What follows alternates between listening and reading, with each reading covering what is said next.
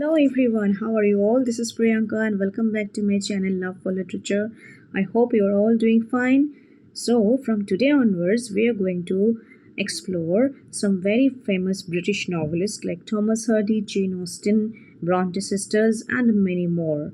So, from today onwards, we will continue a series on exploring the novelists of the famous British novelists, not only British, so other famous novelists also, and one by one we will cover their in introduction video. I will cover their features about their writings. I will cover this, and in the next 2 to 3 or 4 videos I will discuss their most important works. Like today I am starting with Thomas Hardy, characteristics of Thomas Hardy's novels and Hardy as a novelist, and then I will go on explaining some of his famous novels, analyzing. I will not give you only the summary, I will also give you the analysis and critical appreciation themes that may help you in your preparation of NET and SET. I have cleared both NET and SET, so I will help you in preparing for your competitive exams in English literature. So let's get started with today's topic. Oh, I forgot to tell you.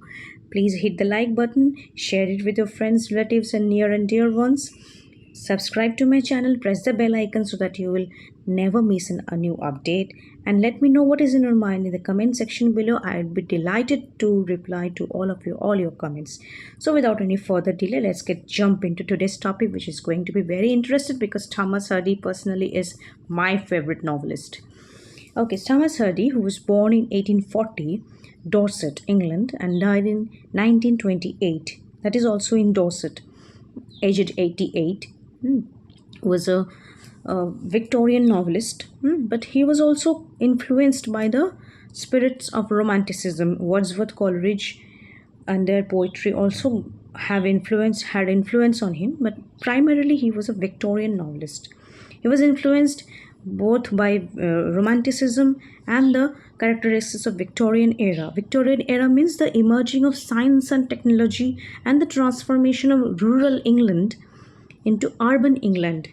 So the rural civilization was decaying back, and the urban and modern industrialized society, urban society, machinery, these things were growing up at that point of time in England. So that is the main features of Victorian age. That is also depicted in Hardy's novels. But Hardy was not very much pleased with this modernization. That is why in most of his novels, almost all of his novels, we can say the minute details, the very, very minute details of nature of rural England, the beautiful and serene and calm and beautiful nature. Like while reading his novels, you can feel, you can be mentally transported into that scenario. While I was reading Far from the Madding Crowd, Tess of the D'Urbervilles, like I feel that I am sitting in that village where Tess was working in the field. So minute details of grasses, flowers, trees, honeybees. He has just painted the entire picture with his words. So that is the beauty of Thomas Hardy's novels that we will discuss. Characteristics of his novels that we will discuss. Significant novelist known for his regional focus in Wessex. Wessex was a fictional place that is mostly based on his birthplace, Dorset or Dorchester, you can say.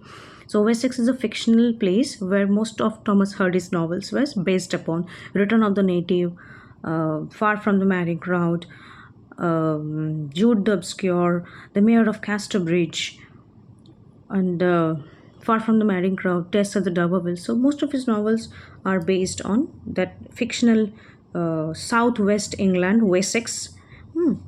Hardy's novels are predominantly set in the fictional region of Wessex, which is based in his native Dorset and his surrounding areas. He was born and died both in Dorset.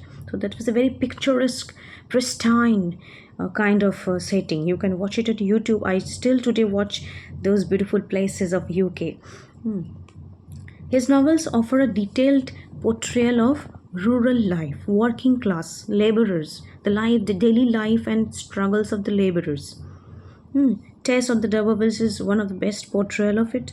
You can see the life of the peasants, the life of the working class, how they struggled, how they were exploited by the upper classes. That is also depicted in his novels. So the countryside and the impact of industrialization and social mobilization, social changes, that are all depicted in Thomas Hardy's novels. Hardy's works are often characterized by a sense of inevitability, the role of fate. He was called fatalistic, and often he was labeled as pessimistic kind of novelist because he gave a prominent what to say prominent mastery over fate. He said that everything is already fated, already destined, and you are being governed by the upper machinery, the supernatural machinery that is called God. Your destiny, your fate is being mechanized by the upper Lord who is sitting above there, up in the sky, in heaven or somewhere, and he is manipulating. He is manipulating your life. So according to his will, your life is going to be conducted on earth. And this is quite a pessimistic view, and for that he has been criticized a lot. He explored themes of social injustice and limitations of human relationship, and the destructive nature of human passionate feelings, destructive nature of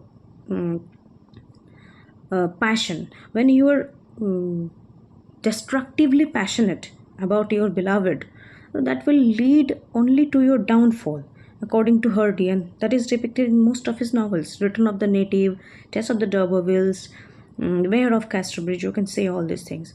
His protagonists often face tragic fate. None of his protagonists, none of his heroines are ended with a very happy ending. No, there is no happy ending in any of his novels.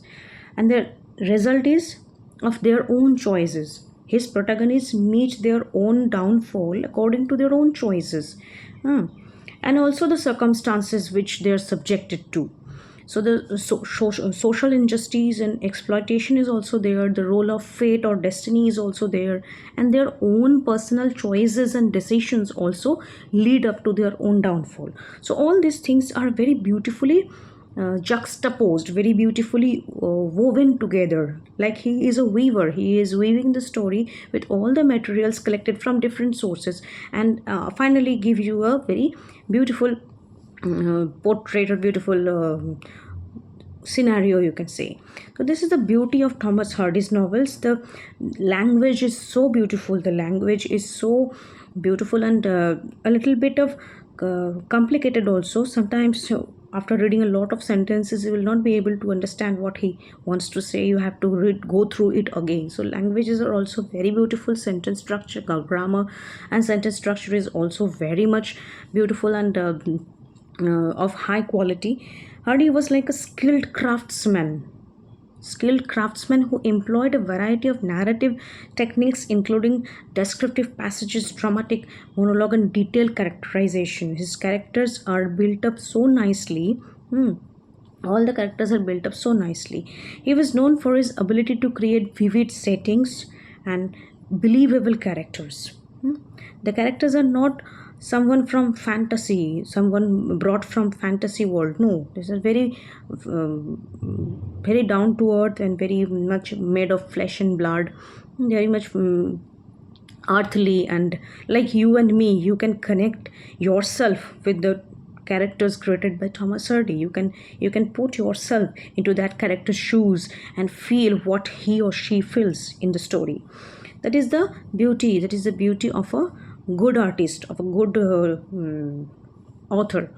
His writing style were characterized by his poetic language and ability to evoke a strong emotional response in the reader. So this is all about Thomas Hardy. So in our next series, we will talk about Tess of the D'Urbervilles, and then Far from the Madding Crowd, then Return of the Native, and Mayor of Casterbridge. These 4 novels I will discuss in this Thomas Hardy series.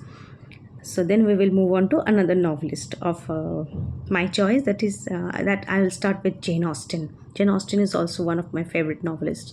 So let me know what is in your mind in the comment section. What more do you want from me, and what topics you want me to cover?